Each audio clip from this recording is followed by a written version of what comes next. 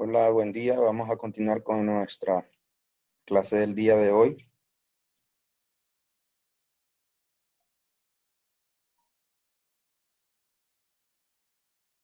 Vamos a compartirles, a ver, libro.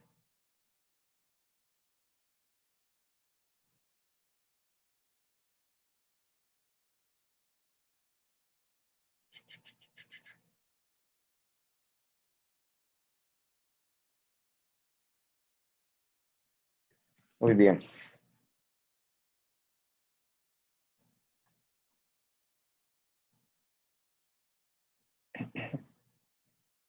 Vamos por el capítulo 7, el tubo de rayos X.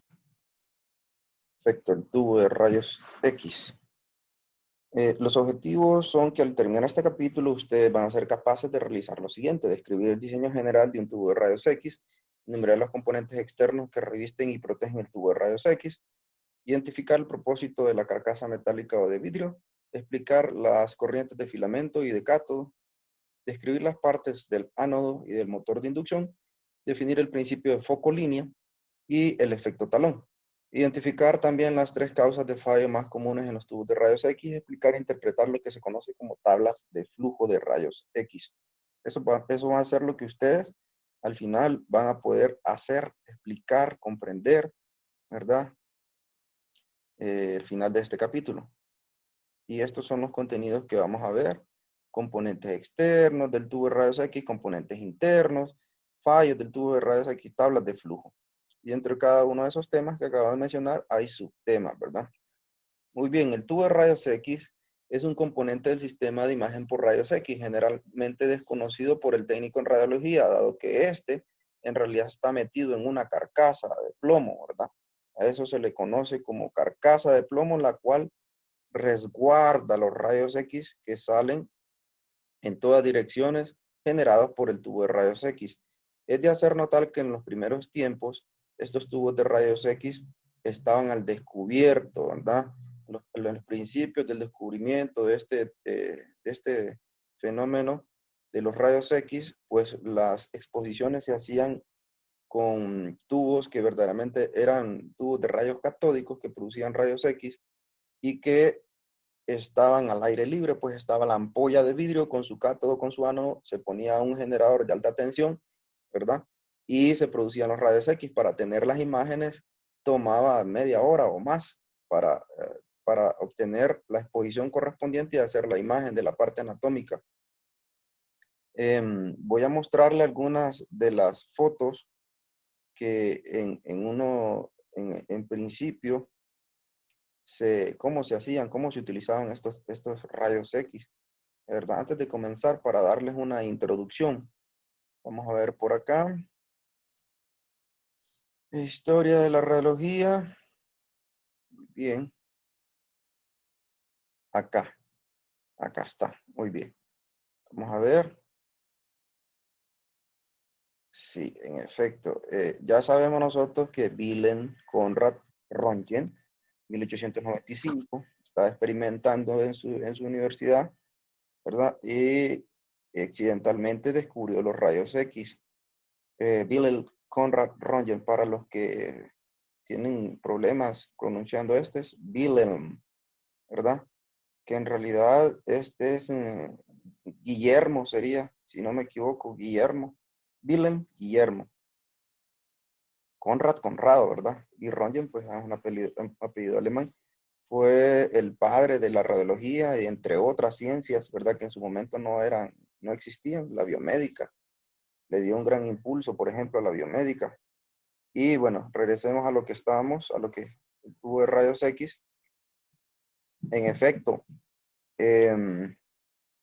como les mencionaba, estos equipos tubos de rayos X, miren, eran creo que no se está viendo, vamos a compartir. New Share, vamos a poner acá esto. New Share, ahí está. Aquí está Röntgen, este era el que les mostraba anteriormente, ¿ve? Röntgen acá arriba, está Wilhelm Conrad Röntgen, Guillermo. Y aquí está básicamente lo que les quería demostrar, que es, vamos a correr esto de acá, Que este es básicamente un tubo de rayos X de los antiguos, que básicamente no era un tubo de rayos X per se, sino que en sus momentos se utilizaba un tubo de Crookes, que era básicamente, lanzaba electrones, un tubo de rayos catódicos, y con eso fue que Röntgen en la historia, como hemos visto en los primeros capítulos, descubrió los rayos X, ¿verdad? Esto estaba así, es una ampolla de vidrio con su cátodo, con su ánodo, y así se hacían las exposiciones. Vamos a buscar una imagen donde ustedes puedan ver que en efecto las exposiciones de los rayos X se hacían directamente. El tubo de rayos X en sus inicios no tenía ninguna carcasa, aquí lo podemos ver en una de las demostraciones, aquí dice demostración experimental de los rayos X de Hermann Reichstag en enero 30 de 1896. Estaba en Berlín, y aquí podemos ver efectivamente, tiene el generador de alta tensión, y por aquí tiene la ampolla, ¿verdad?, que está generando los rayos X. No tenía ninguna carcasa, como ustedes pueden ver, y pues obviamente la generación de rayos X se hacía en todas direcciones y se estaba exponiendo de una manera innecesaria, ¿verdad? Bueno, ¿qué más podemos ver? Estamos buscando una imagen más clara de una ampolla de tubo de rayos X donde estén haciendo una exposición. Aquí en efecto tenemos otra. Estoy buscando una que está más adelante. Vamos a ver. Sí. Más adelante, más adelante, más adelante. A ver. Al principio la radiología, pues la radioprotección. Aquí está. Excelente. Miren cómo era tan grande la ampolla del tubo de rayos X. Y aquí en esta fotografía podemos ver a Marie Curie, esta que está de pie, junto a este doctor y las enfermeras, ¿verdad? De un hospital. Y aquí podemos ver el equipo de rayos X. El paciente se acercaba a la posición donde se encontraba el tubo de rayos X y se procedía a hacer la exposición durante un prolongado tiempo, porque es de hacer notar que en ese momento tampoco el filamento o el cátodo en sí se había desarrollado eh, tal cual como el día de hoy, para eficientar lo que era la producción de rayos X. Aquí otra vez observamos a Marie Curie con un montaje instruyendo a los oficiales americanos. Si no me equivoco, fue en la Primera Guerra Mundial, donde se hacía el uso también de los rayos X. Era una innovación y mejoró mucho lo que era el tratamiento de cierto tipo de... Miren, aquí está la ampolla del tubo de rayos X y aquí se hacía la exposición al paciente. Y se utilizaban ciertos tipos de artilugios para poder montar lo que era el tubo de rayos X propiamente, para poder hacer lo que es la imagen del paciente. Bien, en efecto, entonces, así es como se manejaba en ese entonces lo que era la radiología. Como pudieron apreciar y como les reitero, el uso de los tubos de rayos X era sin ninguna carcasa, y pues básicamente la exposición tenía que ser bastante elevada para poder cumplir con una imagen que en realidad no era de tanta calidad, pero que en su entonces era muy, muy buena. Vamos a continuar. A ver, por acá.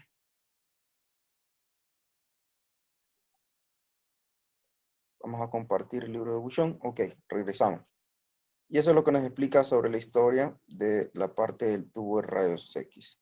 Bien, continuemos. Es así pues que nosotros tenemos hoy en día, vamos a estos equipos sistema de imagen por rayos X, que lo hemos visto también en el capítulo anterior, y que tiene componentes internos, tanto como componentes externos.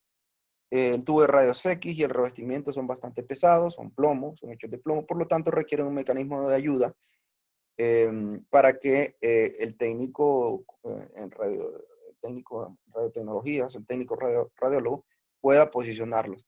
La figura 7.2 nos ilustra los métodos principales de sustento del tubo de rayos X. Y aquí estamos viendo en esta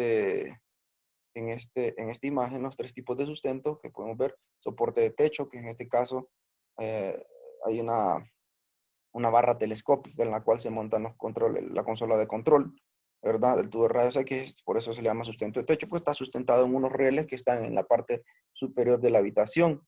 De igual forma, tenemos un soporte de suelo, ¿verdad? Cuando está en el suelo, el soporte, en la parte B. Entonces, toda la estructura y el tubo de rayos X, además de todo el mecanismo, está sustentado en el suelo. Y tenemos también el soporte en brazo, que es este, un arco en C, ¿verdad? Que es una combinación, básicamente, está soportado en el suelo, pero tiene un brazo que lo hace ser más móvil y en este sentido, esta geometría que tiene permite hacer ciertos tipos de estudios, ¿verdad? Que de otra forma no podrían realizarse. ¿Qué más tenemos por acá? Bien, tenemos lo que es la imagen del tubo de rayos X. Aquí podemos ver las partes internas del tubo de rayos X.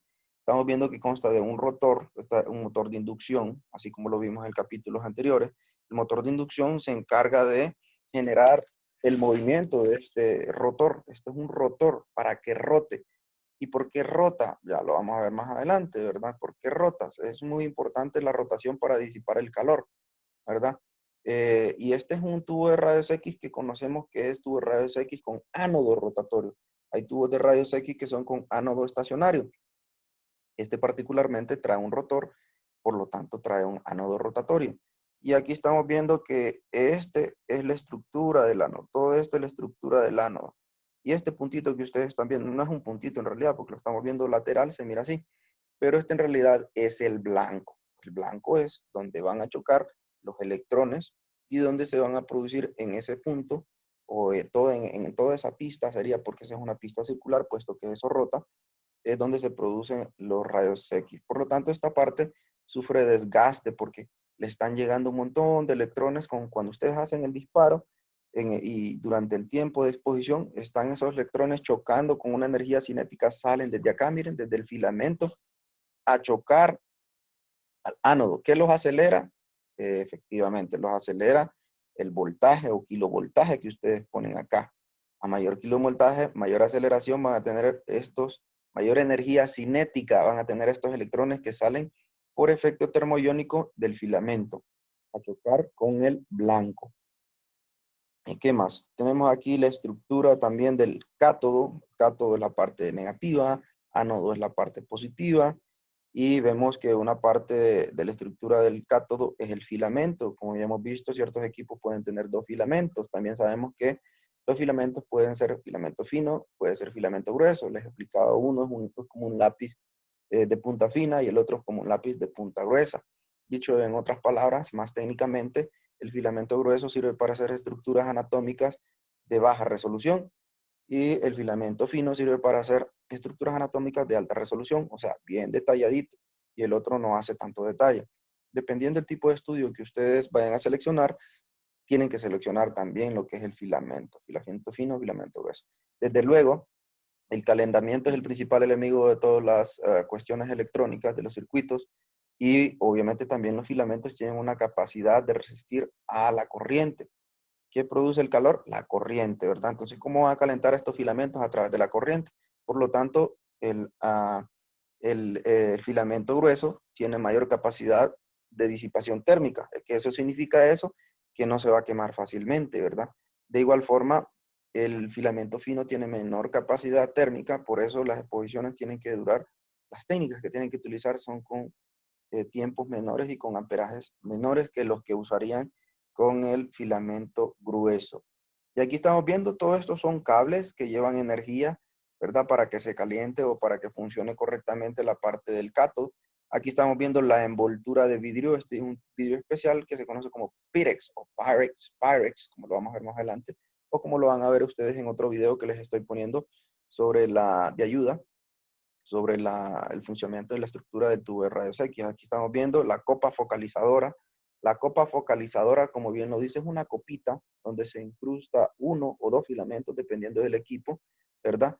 Y sirve, como bien su nombre lo dice, para focalizar, para que los electrones salgan directamente a chocar al blanco y que no salgan para otro lado.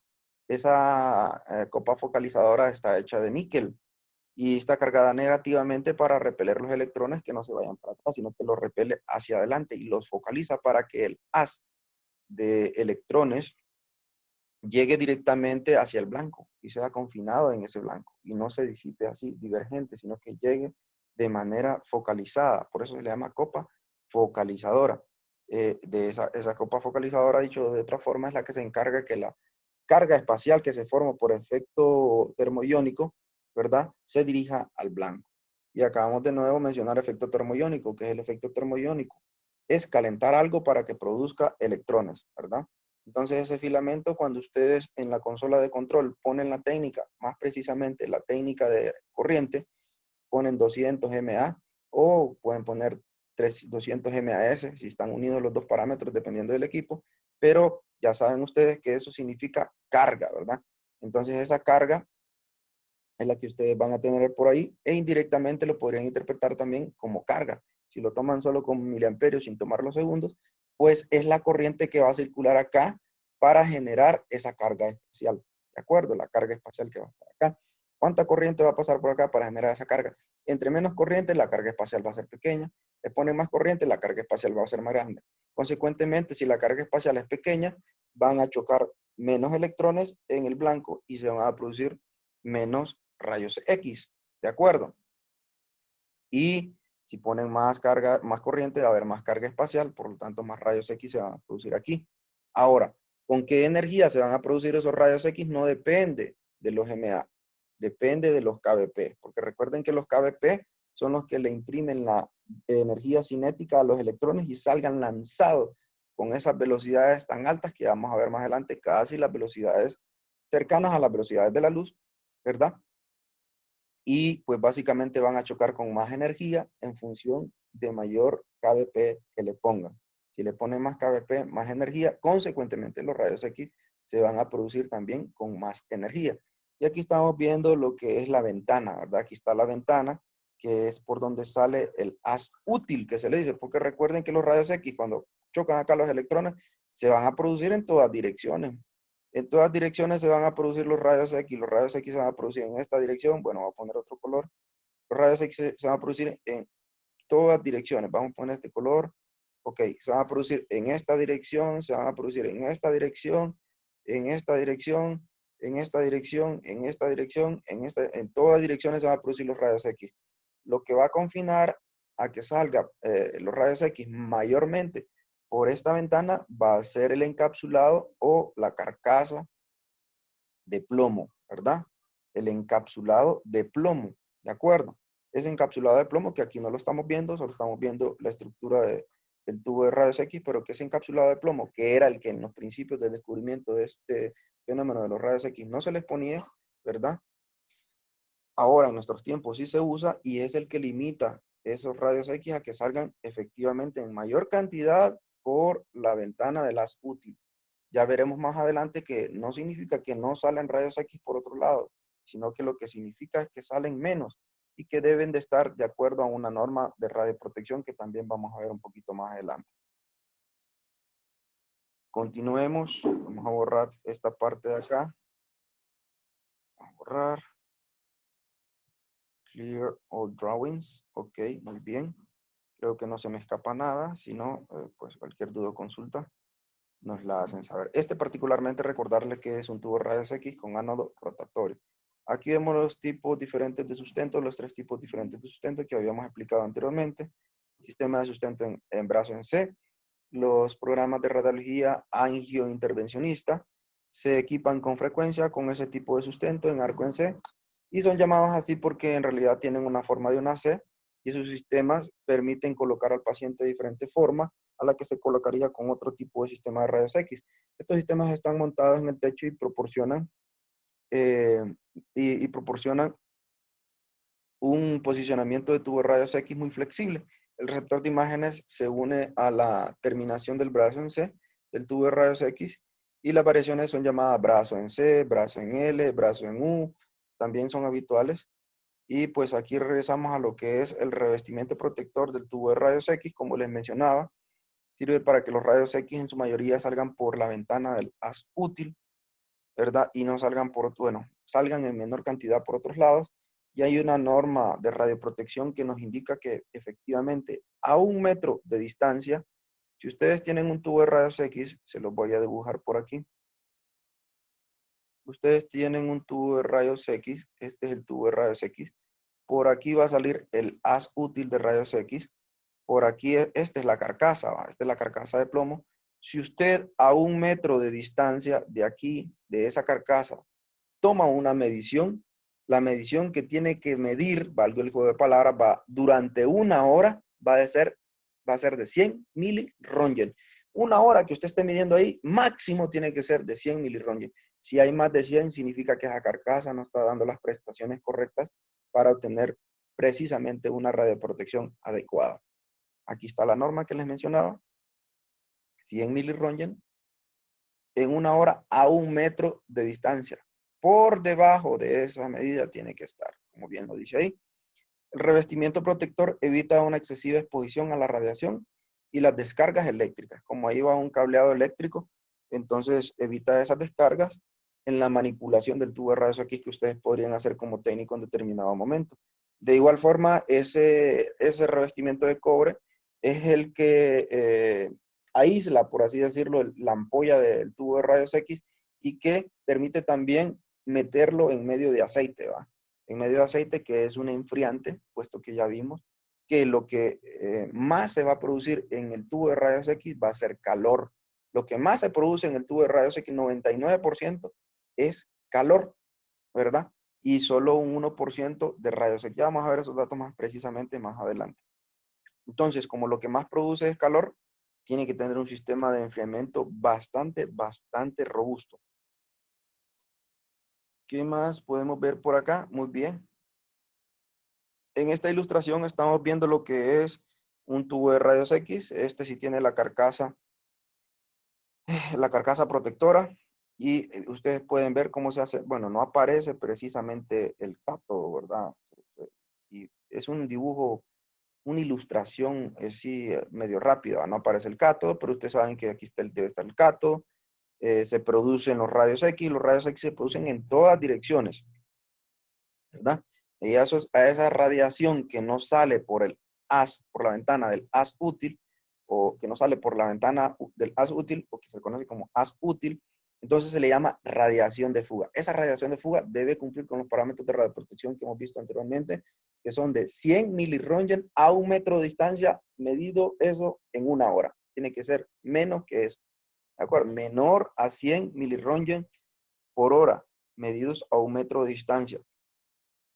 Obviamente, si ustedes se alejan más, pues mucho menos va a ser, ¿verdad? Pero si quieren hacer la medición para ver si su equipo de rayos X está cumpliendo con las expectativas de protección radiológica, tiene que hacer la medición a 1 metro.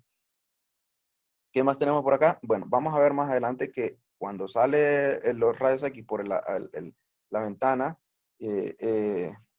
lo que hay aquí después son accesorios, filtros, colimadores, etcétera, que vamos a ver más adelante para qué sirve cada uno de ellos. Esos son los conectores. Este es el conector del cátodo, que va a ser negativo, y este es el conector. Aquí es donde va a entrar un cable grueso, así como de ese tamaño que ven ahí, que lleva el voltaje y la corriente para el tubo de rayos X, de la parte positiva que entra por acá, y la parte negativa que va para el cátodo, la parte positiva que va para el ánodo. ¿Qué más podemos rescatar por acá? Aquí mismo nos menciona la norma de radioprotección, ¿verdad? De nuevo, muy importante. Vamos ahora a ver la carcasa de metal o vidrio. Aquí nos estamos refiriendo a la carcasa de metal, es la envoltura del tubo de rayos X, ¿verdad? Un tubo de rayos X es un tubo de vacío electrónico con sus componentes contenidos en una carcasa de vidrio o metal. Significa que todos los componentes del interior del tubo de rayos X están efectivamente al vacío. ¿Por qué están al vacío? Porque eso permite que los electrones que salen del filamento no tengan ninguna resistencia más que el vacío. No hay aire, no hay ninguna de las otras cuestiones que se pueden encontrar en el aire, y permiten una mejor eficiencia en la producción de rayos X. Eso también, como ya hemos visto, que el 99% de la energía que invertimos en hacer rayos X se convierte en calor. Por lo tanto es un proceso poco eficiente. Por lo tanto, el vacío permite que dentro de esa ineficiencia la producción de rayos X sea mejor. Es de metal o vidrio. Sin embargo, el tubo de rayos X es un tipo especial de tubo de vacío que contiene 2 electrodos, el cátodo y el ánodo. Es relativamente grande, unos 30-50 centímetros, ¿verdad? De largo, 20 centímetros de diámetro. de 30 a 50 centímetros de largo y 20 centímetros de diámetro. La carcasa de vidrio está hecha del cristal Pyrex, como les había mencionado, para que sea capaz de resistir el tremendo calor generado. La carcasa es como un contenedor. Ese contenedor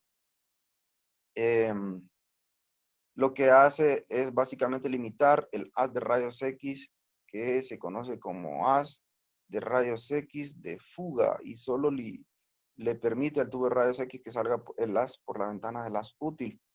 Una mejora en el diseño de los tubos de rayos X fue la que hizo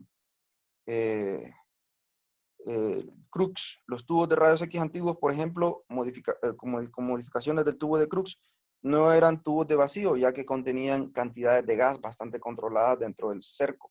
Eso significaba que ese gas intervenía con los electrones cuando iban a ser lanzados desde el filamento, desde el cátodo, perdón, hacia el ánodo, y entonces la energía cinética que podían desarrollar era menor porque se encontraban en su paso ese tipo de gas y se veía disminuida la energía cinética con la que podían llegar al ánodo y producir rayos X. Los tubos de rayos X modernos son los tubos de Coolidge, que fue una de las mejoras que hizo William Coolidge en el tubo de rayos X.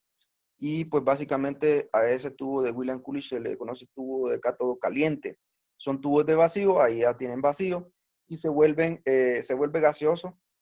Si se vuelve gaseoso, perdón, la producción de rayos X disminuye y puede fallar. ¿Cómo se vuelve gaseoso un tubo de rayos X? Por el desgaste.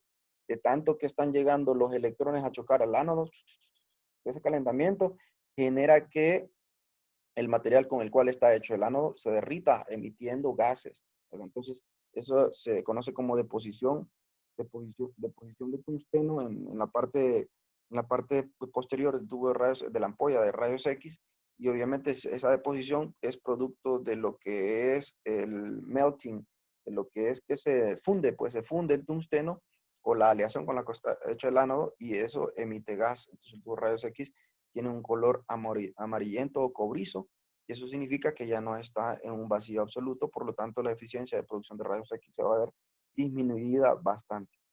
Una mejora en el diseño del tubo de rayos X incorpora más metal que cristal como parte o como todo el material que forma la carcasa. Cuando una carcasa de cristal envejece, parte del tungsteno del filamento se vaporiza, efectivamente, y cubre el interior de la carcasa de cristal. Esto altera las propiedades eléctricas del tubo, permitiendo que la corriente del tubo de rayos X desviarse al interactuar con la carcasa del metal. El resultado es un tubo que básicamente va a ser menos eficiente y es un tubo que se considera que ya tiene una falla. ¿Qué más podemos ver acá? El filamento. El filamento es una espiral, un arrollamiento así de cablecito, muy parecido a lo que ustedes ven en los focos antiguos que se utilizaban, ¿verdad? Esos que consumían 100 watts, todavía se venden, ¿verdad? Y se parece también a los filamentos que ustedes pueden ver en una tostadora, cuando ven así que se ponen rojitos, se parece también, pero es mucho más pequeña en el tubo de rayos X. Normalmente el filamento tiene un diámetro de aproximadamente 2 milímetros, 1 a 2 centímetros de largo. En una tostadora se conduce una corriente eléctrica a través de la espiral, propiciando que se ponga incandescente y emita una gran cantidad de calor. De igual forma, en el filamento del tubo de rayos X, es cuando ustedes se pone rojo igual, porque es gente que va pasando a través de él, lo calienta. ¿Cómo lo va a calentar? Lo va a calentar porque ustedes en la consola de control seleccionan los MA. Esos MA se van a transformar en amperios a través del transformador del filamento, ¿se recuerdan?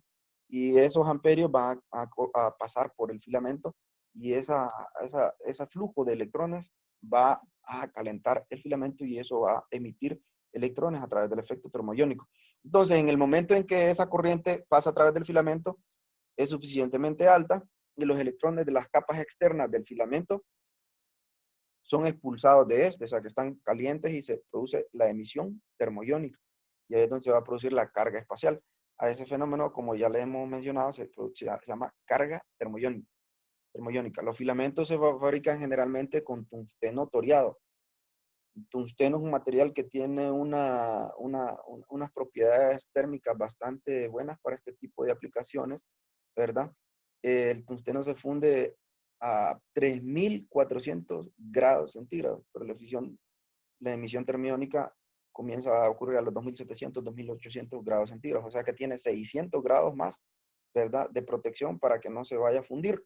Entonces es eficiente para lo que es la producción de iones y hacer lo que necesita el equipo de rayos X, generar esa carga espacial que va a ser lanzada hacia el ánodo cuando ustedes ya hagan la segunda posición de disparo y aprieten y exista ya el KBP entre el cátodo y ánodo.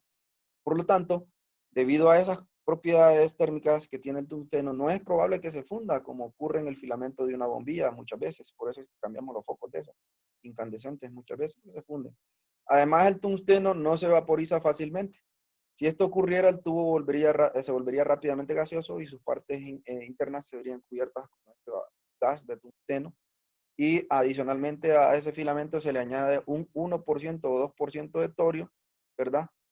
Que esto lo que hace es incrementar la eficiencia de la emisión termoiónica y prolongar también la vida del tubo de rayos X.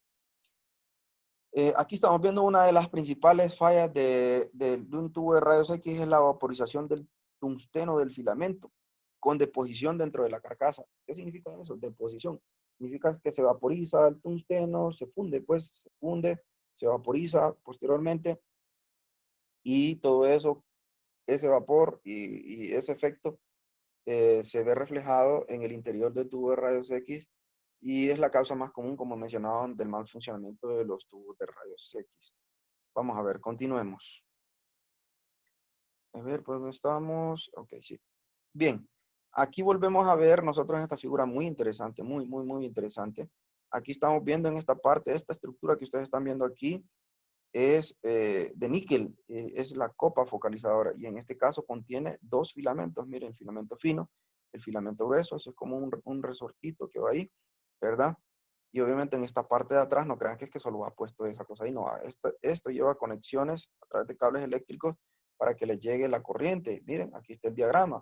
Ustedes que ya conocemos de circuitos de los capítulos anteriores que hemos visto, estamos viendo, miren, el filamento viene del autotransformador, ¿se recuerdan, va? Del autotransformador viene, aquí no ponen las conexiones, pero viene de aquí, de este punto y de este punto viene el autotransformador. Aquí ustedes cuando seleccionan en la consola de control remota o local, aquí seleccionan la técnica de MA. ¿Cuánto es MA? Dicen, bueno, entonces esta rayita o este resistencia variable se coloca en una de ellas, ¿verdad? De acuerdo a la técnica de miliamperaje que ustedes están seleccionando. Asumamos que se me puso aquí, ¿verdad? Porque ustedes, un ejemplo, si seleccionan 300 MA. Muy bien, entonces la corriente va a circular por acá, ¿verdad? También seleccionan el selector de filamento, digamos que este es el filamento pequeño, entonces la corriente va a hacer un circuito y va a seguir por acá al transformador. Miren, el transformador pasa a esos miliamperios a amperios, ¿verdad? Porque miliamperios no le harían nada al filamento, no lo calentarían, no harían nada, ¿verdad? Entonces, ese transformador sirve para que en efecto la corriente tenga la capacidad de generar ese calentamiento en el filamento y ese calentamiento va a generar el efecto termoiónico. Miren, entonces aquí se va a generar, se va a generar una nube de electrones. A esa nube de electrones se le conoce como carga espacial, ¿verdad? Y posteriormente van a ser lanzados esos electrones hacia el ánodo. Recuerden que el disparador del equipo de rayos X tiene básicamente dos posiciones. Ustedes, pues, algunas veces ni siquiera se van a dar cuenta, pero si son más perceptivos, pueden ver que en comienzo van a apretar una primera posición y va a sonar, se va a escuchar así, momentáneamente. Eso que está sonando es básicamente que el rotor, si es un ánodo rotatorio, el rotor está rotando para alcanzar su velocidad máxima de rotación, ya lo vamos a ver más adelante. Rotan los ánodos rotatorios, como ya lo hemos visto. Esa rotación sirve para que el impacto de los electrones no llegue a un solo lado, sino que se distribuya en toda la superficie del ánodo mientras va rotando. Si no fuera rotativo, solo chocarían esos electrones en un solo lado, mayor desgaste, menor vida útil, diría el equipo de rayos X.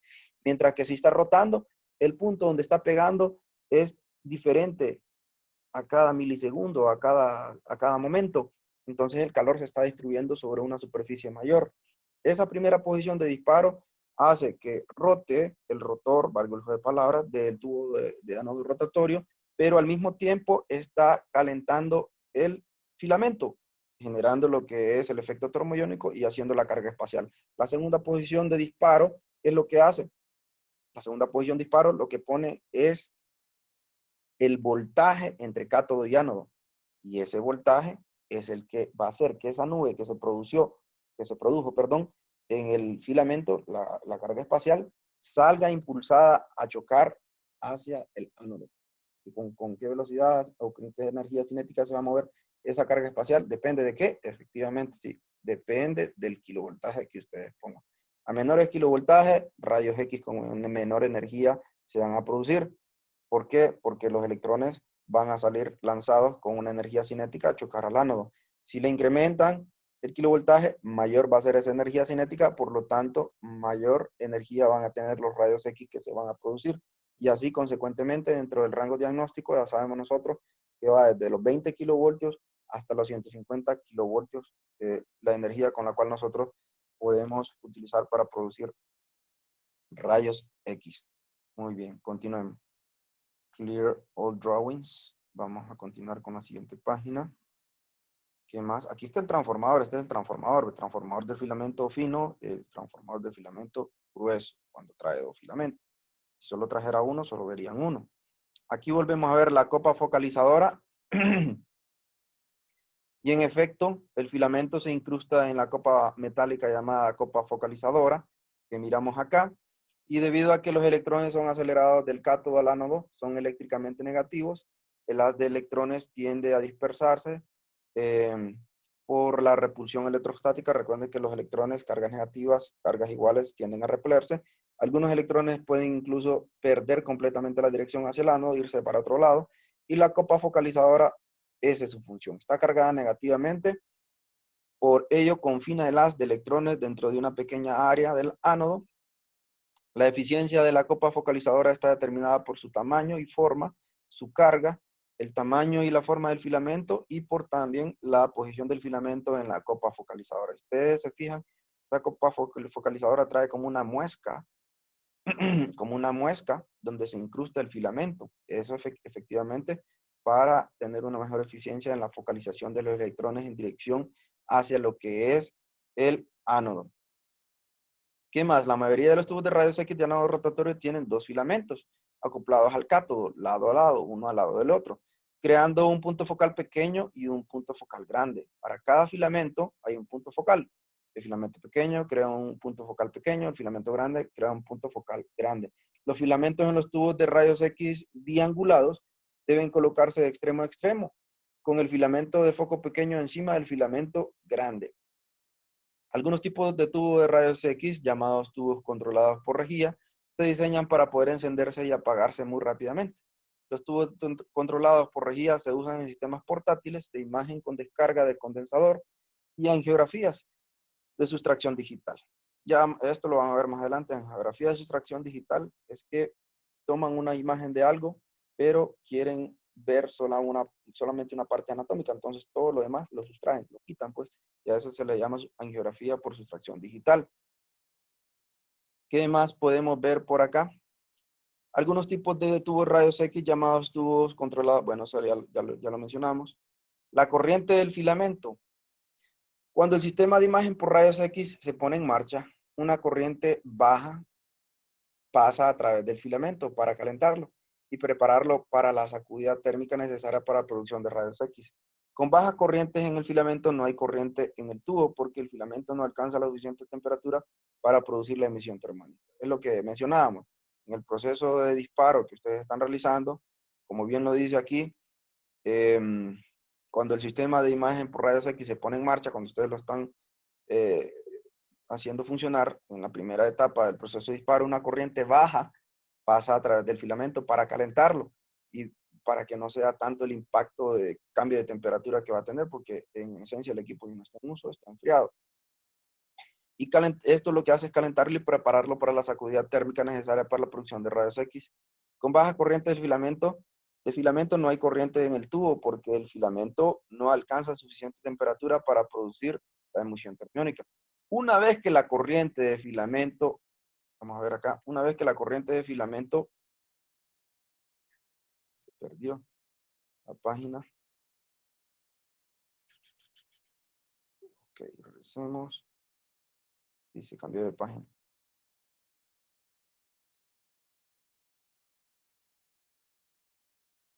Bien, una vez que la corriente de filamento es suficientemente alta para producir la emisión termodiónica, un pequeño aumento en la corriente de filamento origina un gran cambio en la corriente de tubo. Hay dos tipos de corriente, como ya lo pudieron apreciar ustedes. La corriente de filamento, que es la que está en el filamento, y la corriente de tubo. La corriente de tubo es, ya les la voy a demostrar acá, más adelante, regresemos al tubo, vamos a ver. No está el tubo. A ver, aquí nos lo explica Buchon. Pero miren, aquí hay una corriente que está calentando el filamento. Esa corriente sigue su curso aquí, ¿va? Corriente de filamento. Pero si ustedes han sido perceptivos, notaron también que algunos de los electrones de la corriente que está pasando acá, por efecto termodinámico, se van en la carga espacial. ¿Y a dónde van a ir? En efecto, van a ir a chocar al ánodo. Esa es la corriente de tubo. A eso se le conoce corriente de tubo. ¿De acuerdo? Corriente de filamento, corriente de tubo. No las vayan a confundir. Y aquí está básicamente una ilustración de lo que es el efecto termoiónico y el efecto que produce tener la copa focalizadora. Miren, con copa focalizadora, sin copa focalizadora. Sin copa focalizadora, el haz de electrones es divergente. Con copa focalizadora, el haz de electrones que va a chocar al ánodo es convergente. Está focalizado, se le dice. Y aquí estamos viendo lo que mencionaba anteriormente el autor, una corriente de filamento en amperios. Miren, acá este eje lo que nos denota es la corriente de filamento en amperios. Este eje vertical nos denota lo que es la corriente de tubo. Miren, corriente de tubo, lo que está circulando por acá. Lo que está circulando por acá es corriente de tubo. Lo que está circulando por acá, que está produciendo efecto termoiónico, es la corriente de filamento. Y aquí vemos diferentes kilovoltajes, 50, 70, 100 y 125. ¿Qué es lo que está pasando acá entonces? Vamos a ver, vamos a rayar acá. ¿Qué es lo que está pasando? Ustedes tienen una corriente de filamento, por ejemplo, de 4.4 y con una técnica de 50 kbp van a tener en efecto acá una corriente de tubo de 100 miliamperios, ¿ve? 100 miliamperios. ¿De acuerdo? Entonces, cuando ustedes incrementan eso y lo pasan a 5, 5 siempre con la misma técnica de kbp, miren cuánto van a tener. 240 miliamperios.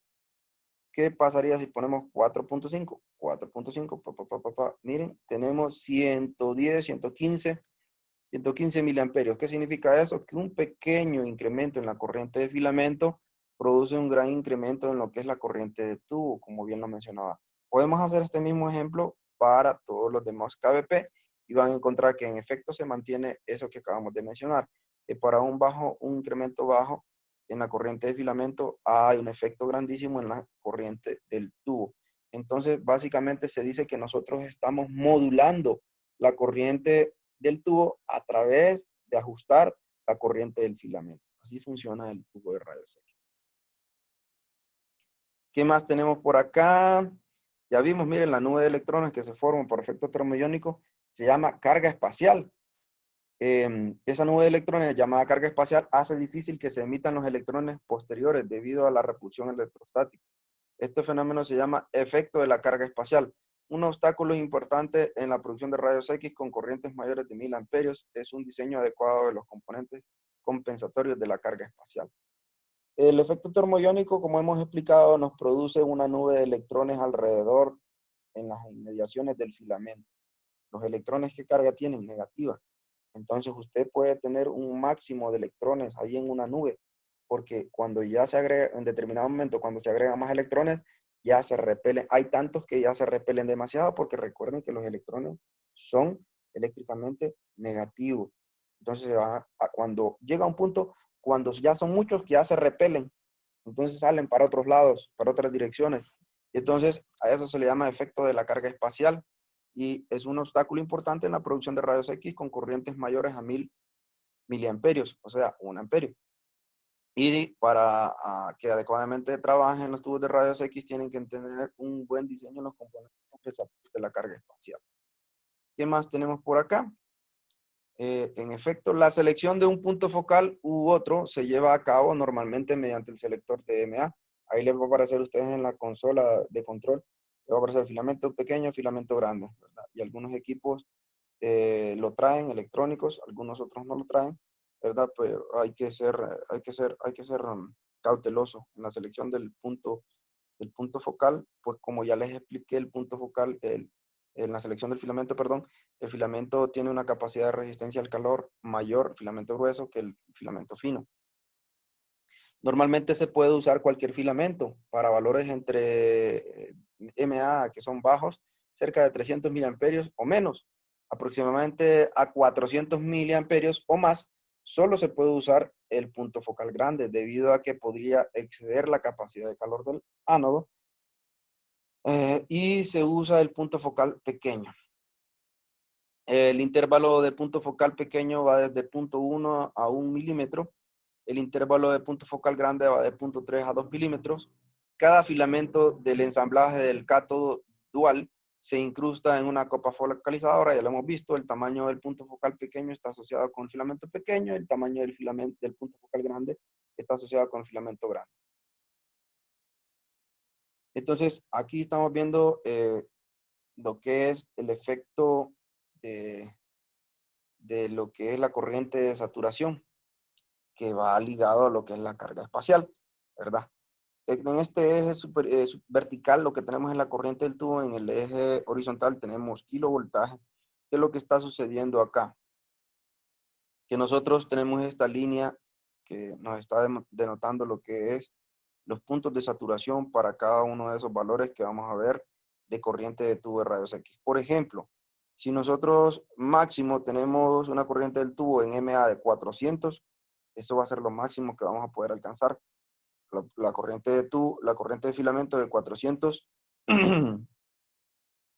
400 miliamperios, miren, corriente de tubo de 400 miliamperios.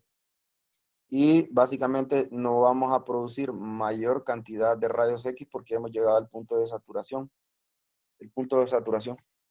Entonces, para una corriente de filamento dada, la corriente del tubo alcanza su nivel máximo llamado corriente de saturación. En este caso, miren, con estos 400 miliamperios, estamos alcanzando una corriente de tubo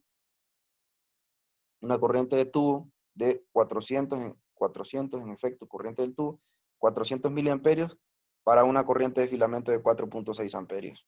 Ustedes, cuando en la consola de control ponen una determinada técnica de corriente, esa técnica de corriente se va a ver limitada efectivamente por la corriente del filamento en la producción de la corriente del tubo. ¿Qué más podemos ver acá? Limitación de este que está aquí, corríjanlo, se llama limitación de la carga espacial, ¿verdad? ¿Por qué hay una corriente de saturación? Hay una corriente de saturación producto de la carga espacial. Ya les mencioné que la carga espacial es la nube de electrones. Esa nube de electrones en determinado momento va a ser tan grande que ya no va a poder recibir un electrón más, porque otro electrón más que llegue, con un proceso de repelido, lo va a mandar hacia otro lado. Y eso entonces no va a tener ningún efecto cuando lleguen esa nube de carga espacial hacia lo que es el ánodo, a producir rayos X. Por lo tanto, tampoco va a producir efecto en la corriente de tubo. Eso se ve graficado en esta parte de aquí. Miren, limitación de la carga espacial. La limitación de la carga espacial nos produce una corriente de saturación. Aquí vemos diferentes tubos de rayos X. Los que no conocían los tubos de rayos X de ánodo estacionario es este. Miren, este está acá. Este es el soporte del blanco. Ahí lo podemos ver. No es rotatorio, no trae un rotor. Y aquí vemos a diferencia con lo que es un tubo de rayos X con ánodo rotatorio. Aquí volvemos a ver la copa focalizadora, un ejemplo cuando se está utilizando el filamento fino, aquí otro ejemplo cuando se está utilizando el filamento grueso.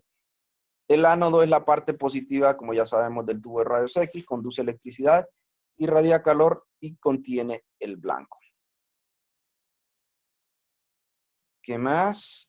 Bueno, aquí vamos a hablar más del ánodo. El blanco u objetivo. El blanco objetivo es el área del ánodo donde golpean los electrones que provienen del cátodo acelerados por efecto de lo que es el kilovoltaje y en un número que el que lo dicta es la técnica de miliamperaje que ustedes colocaron en la consola de control. Un ánodo estacionario consiste en una aleación de tungsteno incrustada en el ánodo de cobre. Aquí lo podemos ver en la figura 7A. Aquí tenemos el ánodo de cobre y el blanco está incrustado. Es de tungsteno en la estructura del ánodo. Ese es el blanco.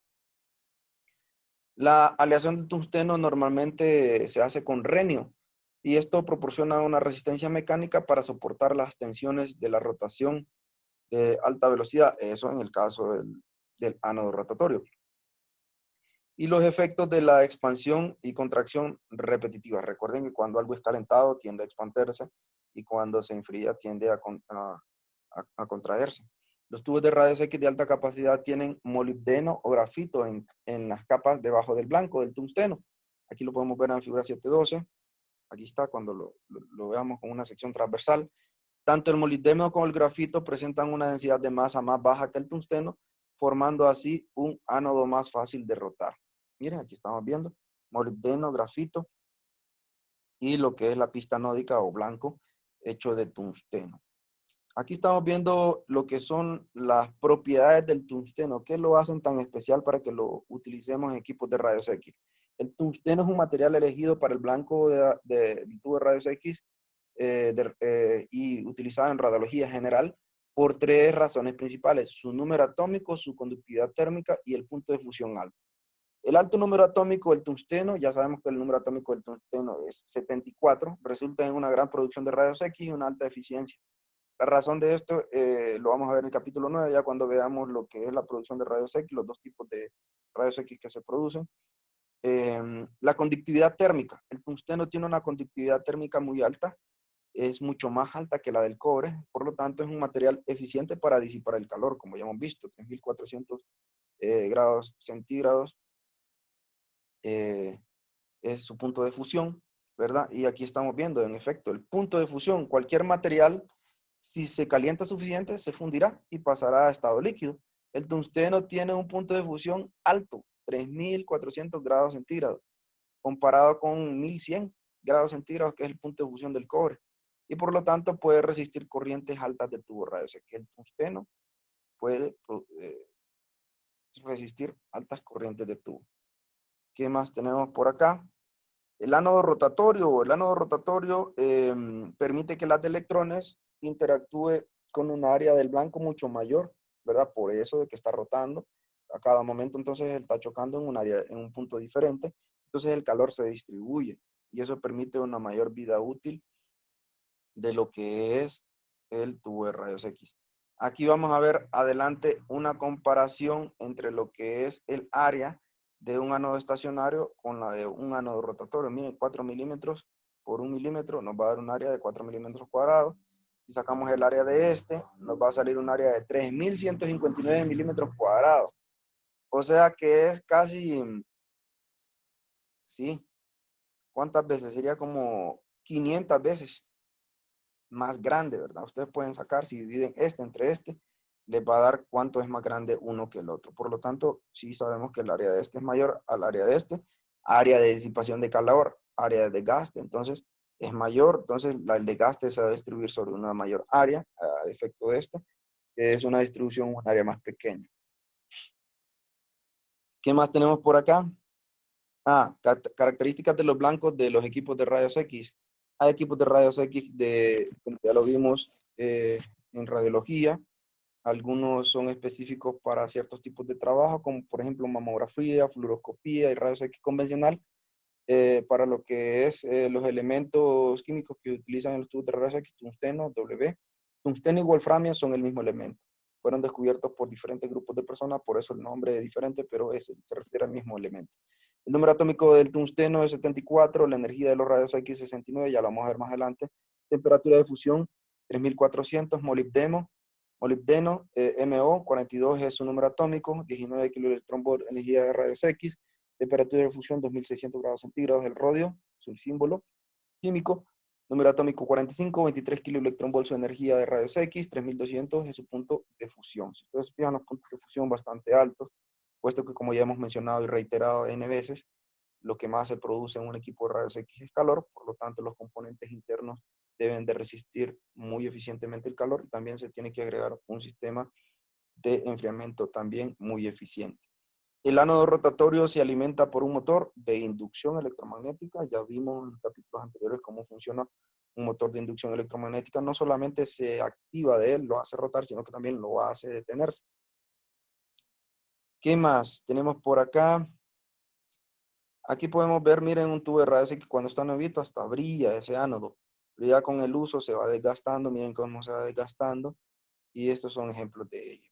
Aquí estamos viendo el rotor, ¿verdad? Un motor de inducción de lo que consta es de un motor y de un estator, de un rotor y de un estator, ¿verdad? El rotor es el que rota y el estator está estático a través del electromagnetismo que acabamos de ver anteriormente, es que se pone en funcionamiento y también se detiene este rotor, ¿verdad? Que es parte de la estructura del ánodo rotatorio.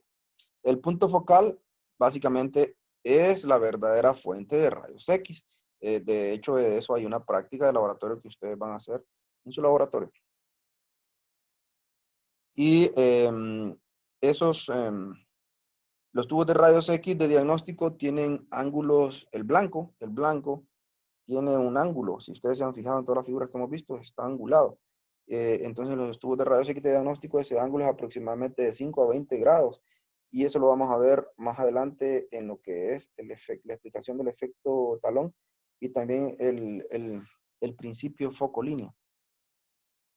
Aquí lo estamos viendo, efectivamente. Aquí está otro ejemplo de tubo de rayos X. Acerca toda, este es un tubo de rayos X de muy alta capacidad, gira en un baño de aceite para producir una disipación de calor completa. Y la capacidad de enfriamiento es mayor que cualquier carga calorífica, ¿verdad? Aquí estamos viendo los componentes de ese diseño de tubo de rayos X. Y aquí pasamos a ver lo que es básicamente un ánodo rotatorio, lo que les estaba explicando.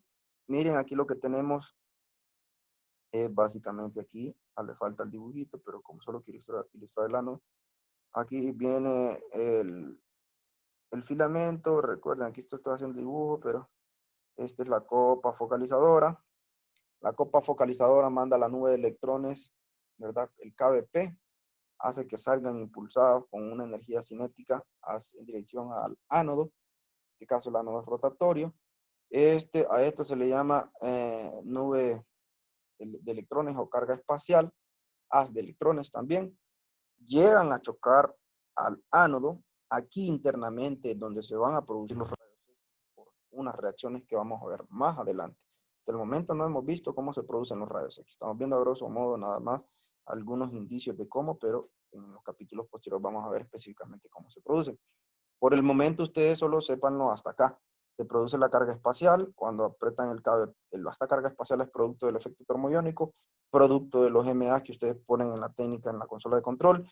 Y los KBP lo que hacen es envían estos electrones con una energía cinética, dependiendo del kilovoltaje que le pongan, mayor va a ser o menor. Chocan acá y aquí se van a producir los rayos X. Miren, sí se producen los rayos X. Entonces, esto va a tener este tamaño de punto focal. Entonces esto se le conoce como tamaño de punto focal efectivo. ¿Por qué? ¿Por qué es efectivo? Porque es el que va en la dirección de la ventana del haz útil, donde va a ir el haz útil. Por eso. Y este tamaño de acá sería tamaño del punto focal real. ¿De acuerdo? ¿Por qué se le llama punto focal real? Porque aquí se están produciendo también rayos X en todas estas direcciones, ¿verdad? Y es el área donde van a chocar los electrones. Y el área donde van a chocar electrones, ahí es donde se van a producir rayos X. Ese es el tamaño del punto focal real y este es el tamaño del punto focal efectivo. Y de aquí viene un principio que yo les explicaba. Este ángulo que tiene acá, esto ya van a ver ustedes el efecto de inclinarlo más o el efecto de declinarlo. ¿Cuál va a ser el efecto en el tamaño del punto focal efectivo y cuál va a ser el efecto en el tamaño del punto focal real? Continuemos.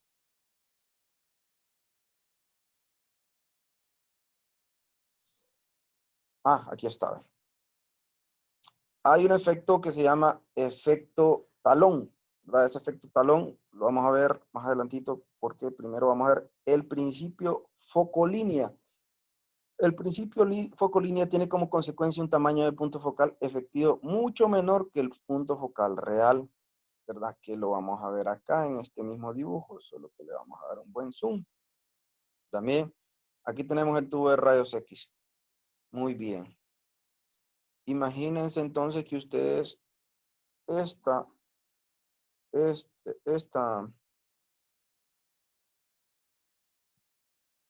inclinación la pueden cambiar, ¿verdad? Asumamos ahora que esta inclinación, y lo voy a hacer, bueno, lo vamos a hacer acá. Vamos a ver, una línea vamos a tirar. Y la vamos a poner del mismo color que es. Asumamos que este ánodo en realidad fuera hasta acá. Bueno, para no hacer el dibujo de acá, y acá estuviera el ánodo. Vamos a hacer otro zoom, para que lo puedan ver más efectivamente. Se perdió. Bueno, control Z, Z, Z. Vamos a darle más zoom.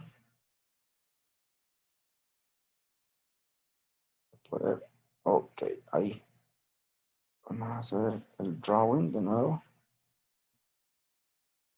Clear all drawing. Aquí. Vamos a dibujar de nuevo. Eso. Asumamos que el borde, este ánodo, en realidad es acá. Así pues. No es acá donde termina, sino que es acá. Cabe. O sea, esta línea del ánodo, asumamos que el ánodo es más grueso y que llega hasta acá, donde tiré esa línea. ¿Qué significa eso? Miren, los electrones ahora no van a chocar acá, van a chocar acá. ¿De acuerdo? Entonces ahora, ¿qué tamaño efectivo voy a tener? Miren, el tamaño de punto focal efectivo sería este acá. Vamos a ver, desde acá, ¿verdad? Los electrones vienen a chocar acá hasta acá. ¿Sí? ¿Lo ven? Ok, vean, lo voy a dibujar, lo voy a subrayar acá. Viene de acá hasta acá, ¿ve? Sería el tamaño del punto focal. Voy a quitarlo, me salió así. Ahí. Este es el tamaño del punto focal. Sí, miren, la inclinación, si la inclinación del ánodo fuera, en este caso, miren, con ese ángulo. ¿De acuerdo? Miren. Entonces, ¿qué es lo que está pasando?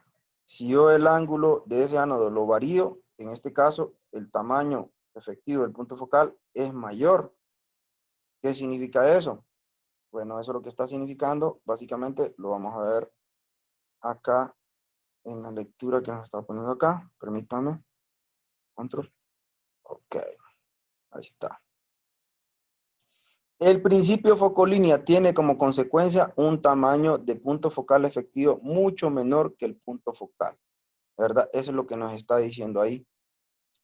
Cuando se usa un receptor de imagen más pequeño, el ángulo del ánodo puede ser más agudo. La ventaja del principio focolínea es que mejora simultáneamente la resolución espacial y la capacidad calorífica. Eso es lo que estamos viendo efectivamente ahí.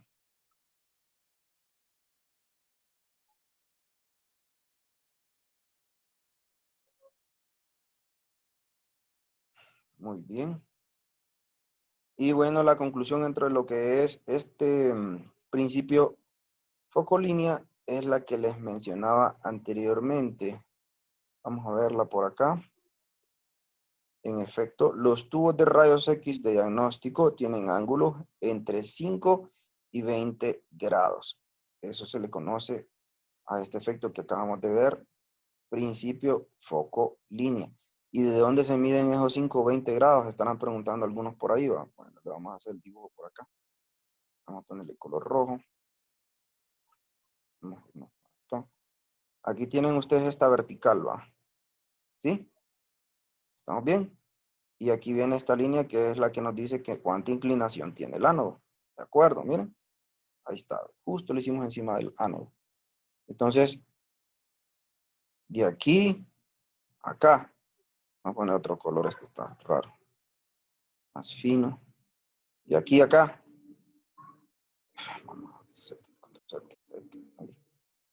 Vamos a hacerlo de nuevo. De aquí a acá. Esa es la medición del ángulo anódico, ¿verdad? ¿Qué significa eso? Si ustedes ese ángulo anódico, así como el ejemplo que hice anteriormente, lo hacen acá del ánodo, bueno, lo voy a subrayar mejor.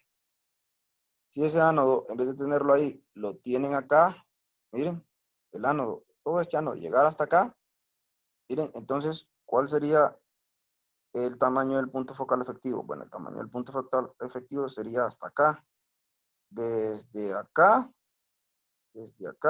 miren, porque es donde están chocando los electrones, hasta acá, sería más grande, ¿verdad? Es más grande. ¿Qué significa eso? Que entre más pequeño sea el ángulo del blanco, este se va haciendo más pequeño. El tamaño del punto focal efectivo se va haciendo más pequeño. Y miren, si este se va haciendo más pequeño, más grande se va haciendo también esta área. Fíjense, por acá, por favor. Esta parte de acá, nosotros hicimos este más grande hacia acá. Lo hicimos más grande hasta acá. Miren el área. El tamaño del punto focal efectivo se hizo más grande. Pero si ustedes lo hacen más pequeño, esa relación entre lo que es el tamaño del punto focal real, ¿verdad? El tamaño del punto focal real, si ustedes se fijan, va a seguir siendo el mismo, porque siempre van a seguir chocando en esta misma tamaño de área, pero el tamaño del punto focal efectivo se va a ir disminuyendo conforme nosotros hagamos más pequeño el ángulo anódico. Ese es el principio foco-línea, que nos permite tener un tamaño de punto focal efectivo menor con una muy buena área de disipación de calor, que el área de disipación de calor sería esta de acá. ¿Estamos bien? Correcto. Ok. Continuemos. Okay. Y hay otro efecto también que se le llama efecto talón. Y ese efecto es el que estamos viendo acá. El efecto talón significa que cuando ustedes están produciendo rayos X, ¿verdad? Que vienen aquí, vamos a hacer el dibujo acá. Vienen los electrones a chocar acá al ánodo. Y aquí se producen los rayos X. Esos electrones chocan y producen rayos X en todas direcciones. ¿Qué está pasando en esta dirección? En estas direcciones. Esas direcciones van en dirección al ánodo. Entonces, esta no es la dirección que nosotros queremos, ¿verdad? Pero en efecto, los rayos X que están produciendo en estas direcciones están siendo obstruidos por el ánodo, absorbidos en gran parte. Igual sucede en esta dirección, que es la dirección del haz útil. Algunos rayos X que sí van a salir por el haz útil, o sea que van a ser rayos X que se van a utilizar para la producción de la imagen, también atravesaron parte del ánodo. ¿De acuerdo? Entonces, a eso precisamente se le conoce como efecto talón. ¿Qué es eso? Bueno, que algunos de los rayos X que van en esta dirección, en dirección al ánodo, se encuentran efectivamente como obstáculo el propio ánodo. Por lo tanto, se ven relativamente atenuados en relación a los que se producen acá. Que estos que se producen acá no encuentran mucha estructura del ánodo, por lo tanto no son tan atenuados. ¿Qué significa eso? El efecto talón es las diferentes intensidades de los rayos X en función de que estén en dirección al ánodo o en dirección opuesta al ánodo, ¿verdad? O en dirección al cátodo sería en este caso, ¿verdad? Miren, la dirección del ánodo está atenuada, menor energía hay en los rayos X que comparada con los rayos X que van en la dirección del cátodo.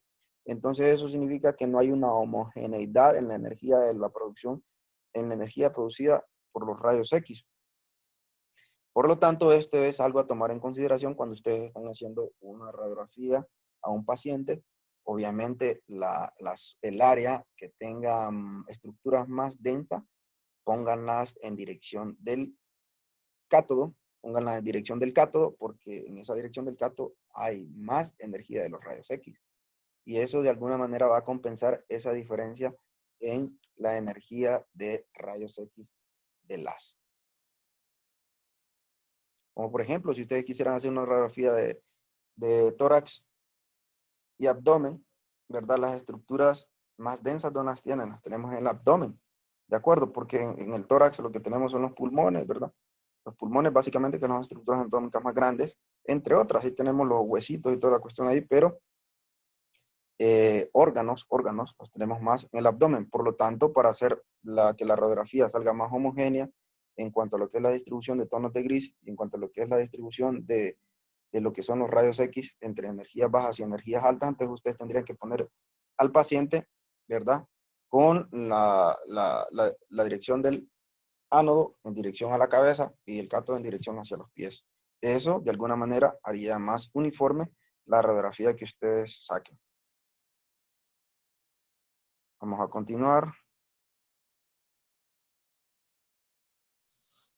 Esta es la forma habitual de un punto focal. Es la de un doble plátano.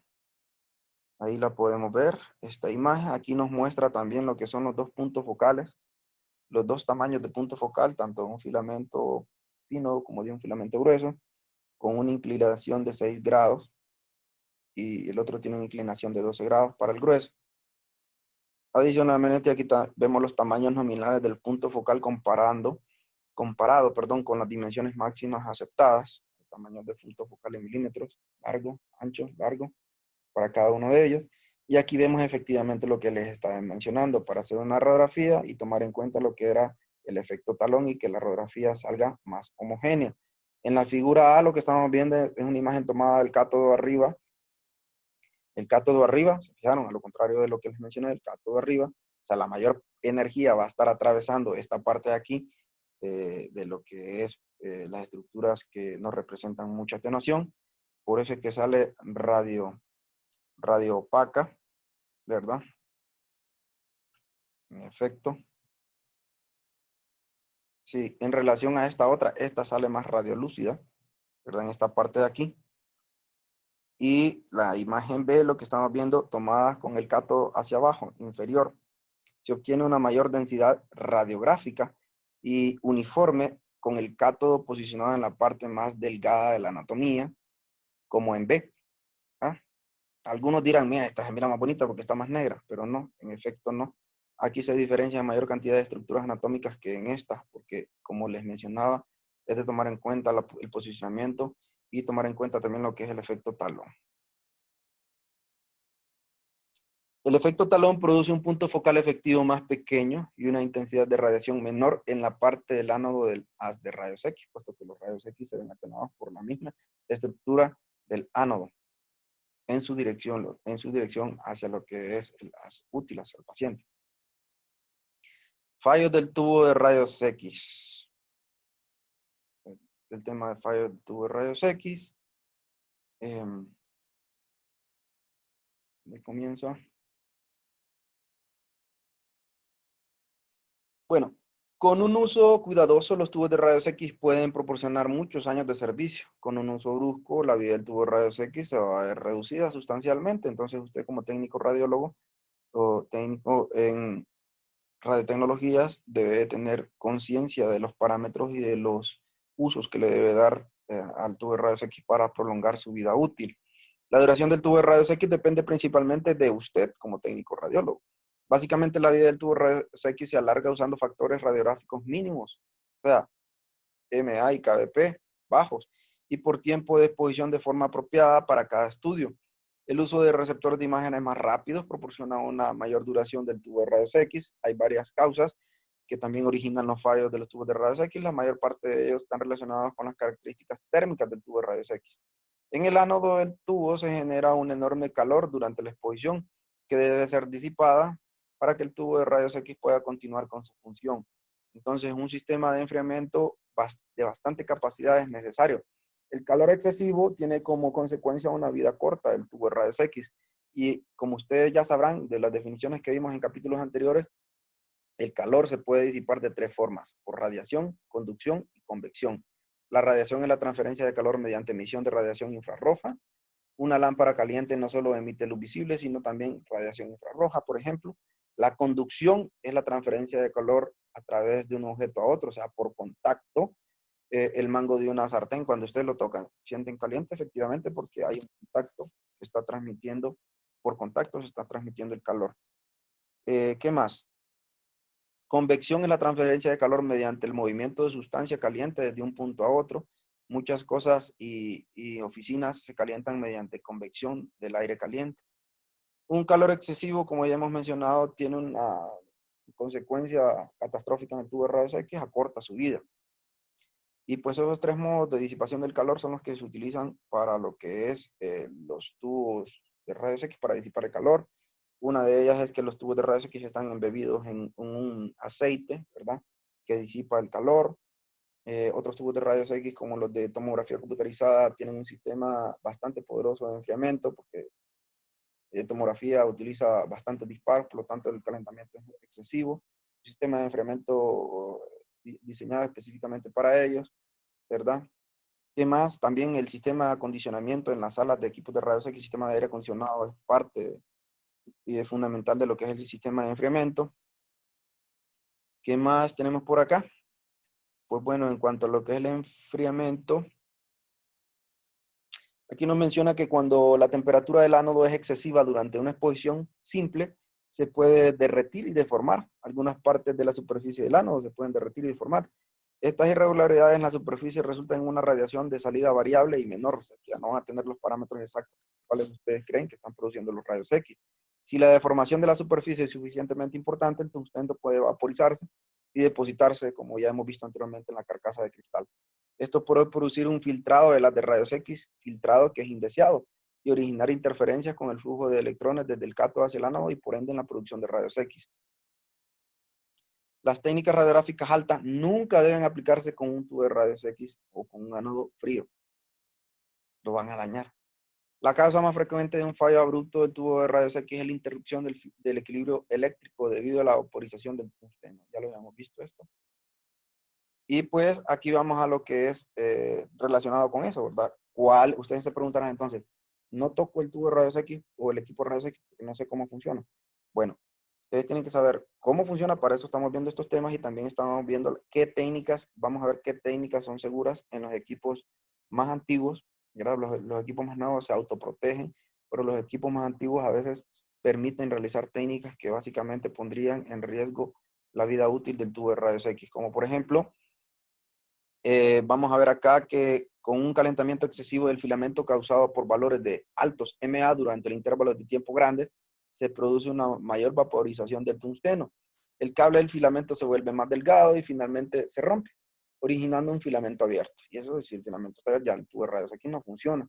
Este mismo tipo de fallo ocurre cuando una bombilla de luz incandescente se quema.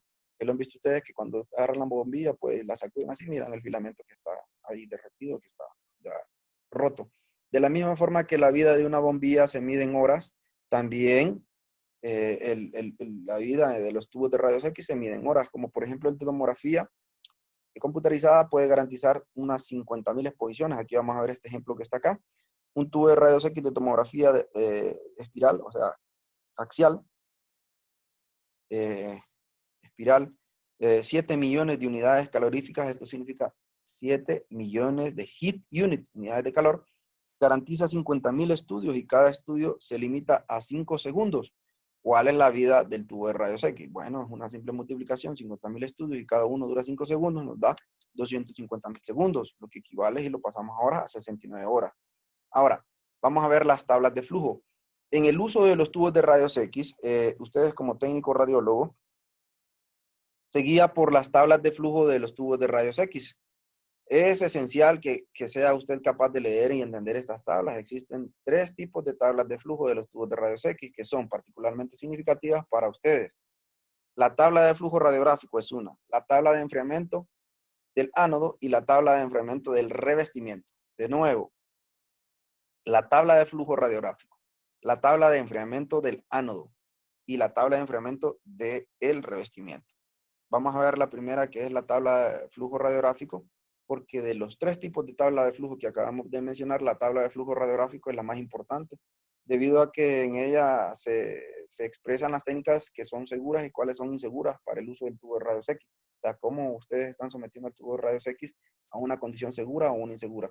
Cada tabla mostrada en la figura 726 contiene una familia de curvas que representan varias corrientes de tubo en MA. Vamos a ver acá. Figura, ¿cuánto dice ahí? Figura, ok. 726, ¿dónde está? Figura 726. Ok, acá. Estas son las tablas de enfriamiento. Pues básicamente ustedes pueden leer todo lo de arriba, pero en efecto, ¿qué significa una tabla? Esta es una tabla de enfriamiento, esta es otra, esta es otra, esta es otra. Bueno, ¿cuáles son los parámetros que ustedes tienen que fijar en las tablas de enfriamiento? Se tienen que fijar en las revoluciones por minuto, en lo que si es la alimentación de una fase, dos fases o tres fases. Miren, este es de una fase, este es de tres fases, este es de tres fases también, este es de una fase, este es de 0.6 milímetros del filamento, el tamaño del filamento, este es de 11 grados, ¿verdad? Este es de 11 grados, este es de 11 grados, este es de 11 grados, ese es básicamente lo que es el ángulo anódico, ¿verdad? Y esos son los parámetros en los cuales ustedes tienen que fijar para identificar cuál corresponde al equipo suyo. Y vamos a ver varios ejemplos. Bueno, otra de las cosas que tienen que tener en cuenta es que este eje horizontal nos da el tiempo de exposición máximo, tiempo máximo de exposición, y el eje vertical nos dice el pico de voltaje. O sea que aquí ustedes van a decir, ponerle la técnica del kilovoltaje tanto y de miliamperaje tanto y en segundos tanto. Bueno, entonces ustedes de acuerdo a eso se van a ubicar acá y vamos a ver en efecto cuál va a ser condición segura y cuál va a ser condición insegura. Vamos al primer ejemplo. Bueno, antes del primer ejemplo creo que aquí está haciendo ejemplos de... Sí, a ver, esos serían otro ejemplo. Miremos los ejemplos de las tablas de flujo radiográfico. Con referencia a la figura 726, ¿cuáles de las siguientes condiciones de exposición son seguras y cuáles son inseguras? Dice 95 kbp, y aquí vamos a utilizar Paint para rayar. Vamos a compartirles Paint también. A ver aquí.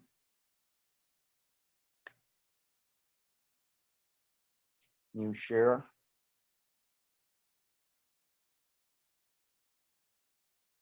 Ok. Vamos a ver el primer ejemplo. Aquí está. Vamos a ver la tabla de flujo radiográfico. Muy bien.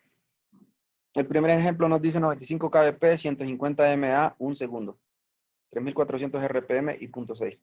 Los datos que nos van a decir nosotros qué tal usar son estos, 3400 RPM y 0.6 milímetros. Vamos a ver cuál cumple con eso. 3400 RPM, 0.6 milímetros. Esta es. Además no nos dice nada de la fase. Vamos a ver. Bueno, no nos dice nada de la fase, pero esa es la que vamos a utilizar de acuerdo al RPM y al tamaño del filamento. 95 kbp y 150 mA, 1 segundo. 95, 150 y 1 segundo. Hagámoslo acá. Vamos a ver si se puede. Sí, sí se puede.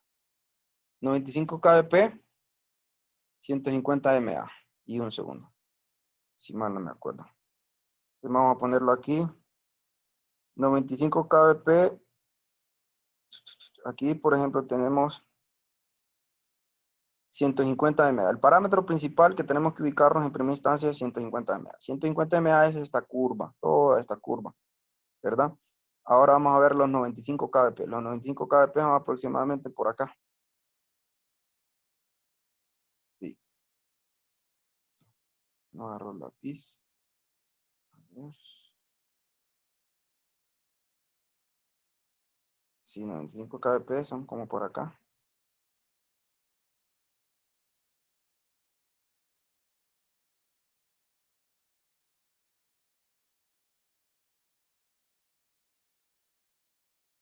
Muy bien. 95 kbp son como por acá. Y solo nos faltaría ahora 1 segundo. 95 kbp por ahí. Ahí estamos con los 95 kbp. Vamos a ahorrar ese. Ahí, 95 kbp es este, aquí. Mire, porque estoy en kbp. Ahora nos dicen 1 segundo. 1 segundo está por acá. ¿Ve? 1 segundo. Entonces tengo que unir este segundo con, tiro una línea vertical. Y ahora lo uno con esta otra horizontal que representa los 95 kbp. Mira dónde me quedan.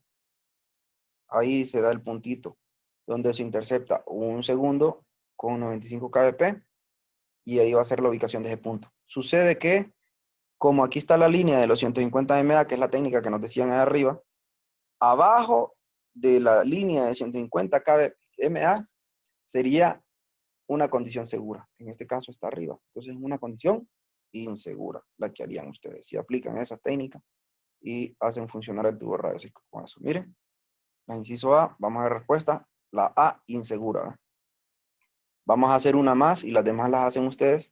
La siguiente es 85 kbp, 400 mA, 0.5 segundos. 3400 RPM, pero ahora cambia el tamaño del punto focal, que es de 1 milímetro. A ver, el tamaño. Vamos a borrar esto. Clear all drawings. Vamos a quitar esto.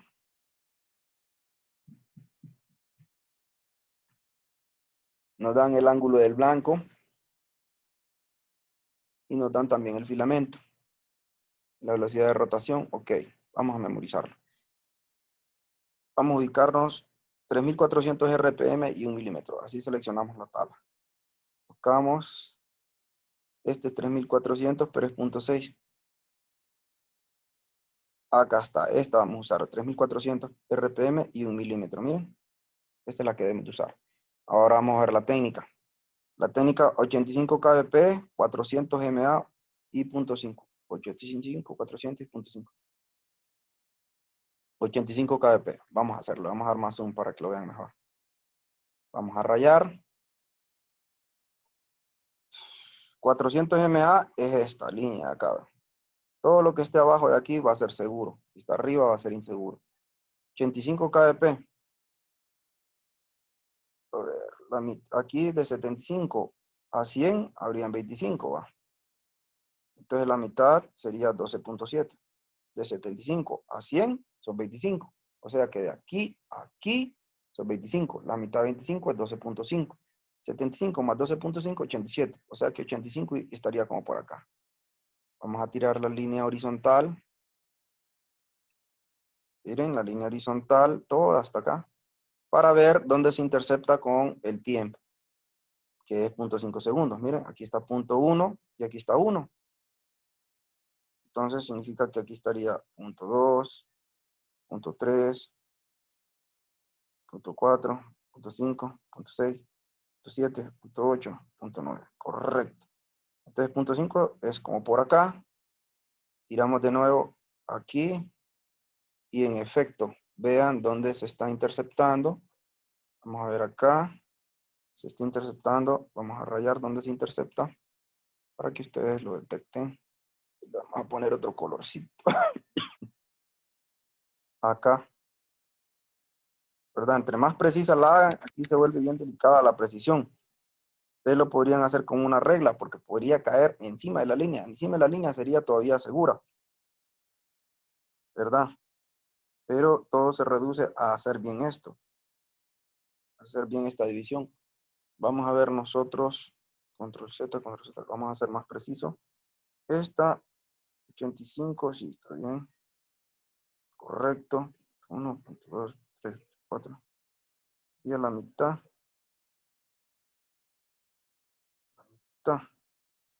Aquí.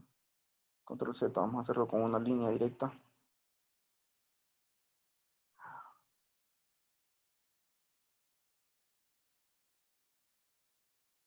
Sí, esta condición está casi sobre la línea.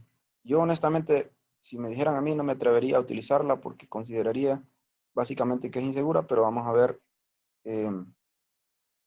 qué dice el autor. 0.5 segundos, sí dijo a 0.5, 85 kbp, vamos a ver qué dice el autor. A ver, respuesta dice insegura también, correcto, insegura. Entonces así se hace ese cálculo de las condiciones a través de las tablas de flujo radiográfico en este caso. Y ustedes pues sigan haciendo los otros ejemplos que les va a servir de mucho. Continuemos. Tabla de enfriamiento del ánodo. El ánodo tiene también un límite de capacidad de almacenamiento de calor, aunque el calor se disipa en el baño de aceite y el revestimiento del tubo de rayos X. es posible debido a un uso prolongado por múltiples exposiciones que se exceda la capacidad de almacenamiento del ánodo. La energía térmica se mide por convenio en unidades caloríficas o de calorías, unidades térmicas inglesas BTU o en julios. En aplicaciones de rayos X, la energía térmica se mide en unidades de calor.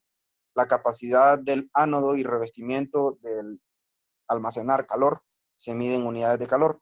Una unidad de calor es igual a un kbp, un mA durante un segundo. Entonces, esas capacidades de calor que estamos viendo ya se refieren a lo que es, como bien menciona acá, al revestimiento y específicamente también al ánodo.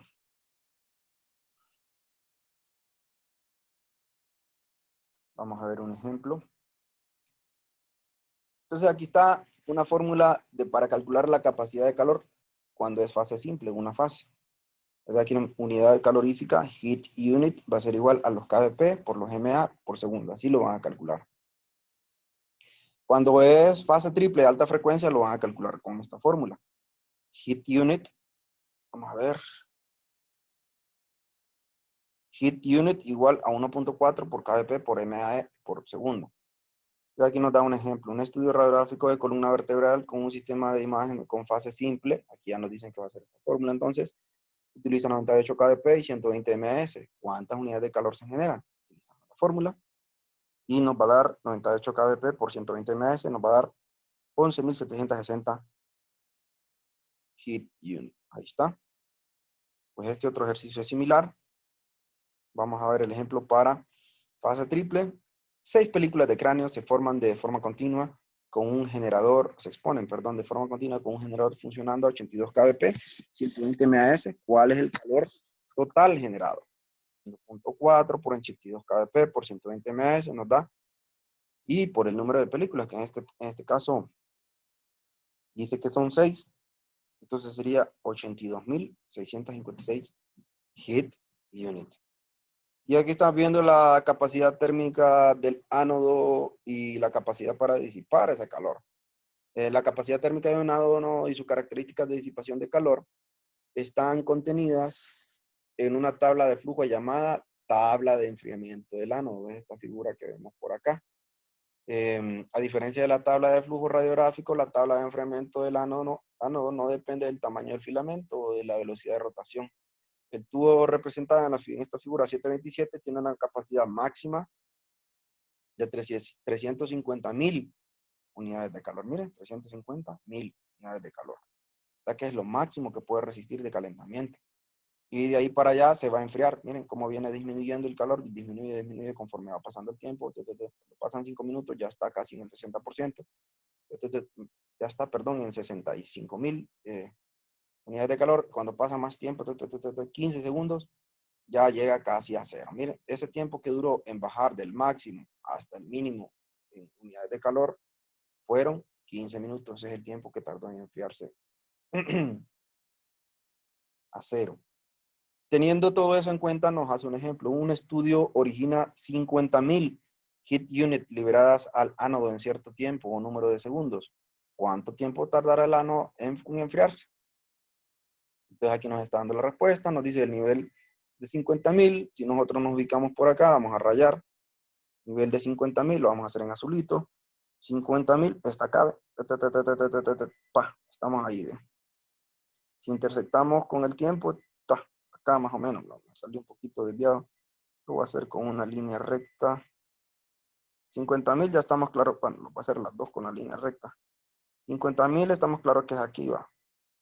Y acá, donde intercepta, ahí es el punto.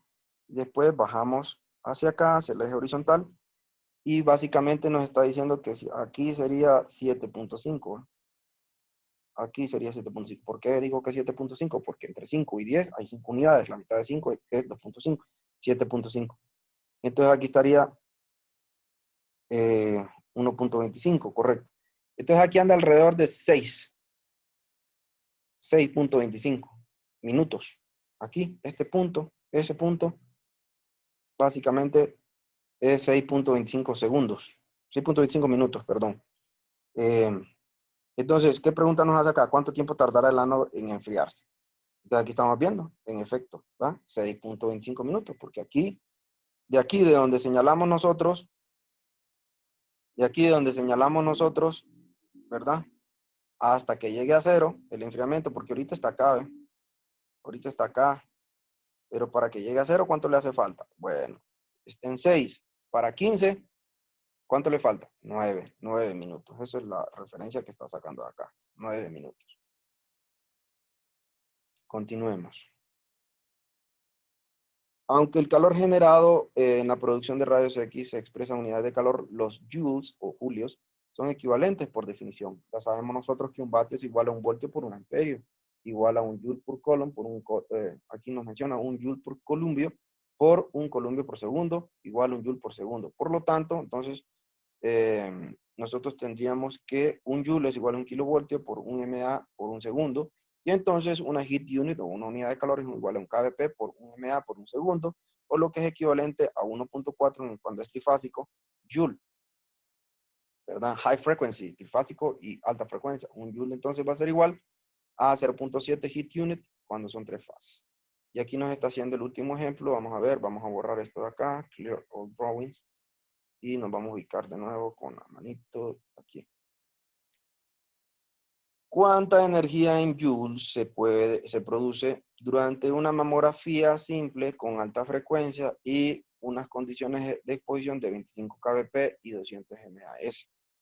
De acuerdo a la fórmula que nos estamos mostrando ahí, sería 25 kVp por 200 MAS, serían 5.000 heat units. 5.000 heat units, ¿verdad? Porque lo que nos está preguntando es la energía, por 1.4, miren, por 1.4 joule, como nos está diciendo tres fases de alta frecuencia, va a ser igual a 7.000 joule, o lo que es equivalente a 7 kilojoule.